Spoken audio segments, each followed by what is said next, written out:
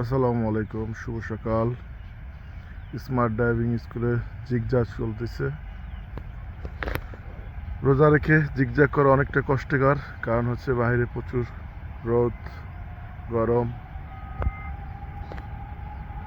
তারপরেও কিছু করার নাই, যেহেতু স্টুডেন্টের লাস্ট ক্লাস চলতেছে আজকে।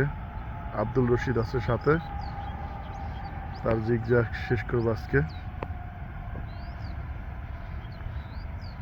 তার আজকে 17 নম্বর ক্লাস, সে জিগজ্যাগ করতেছে। তার নেক্সট ক্লাস হবে 300 ফিট, 80তে টানার সর্বোচ্চ সুযোগ সুবিধা।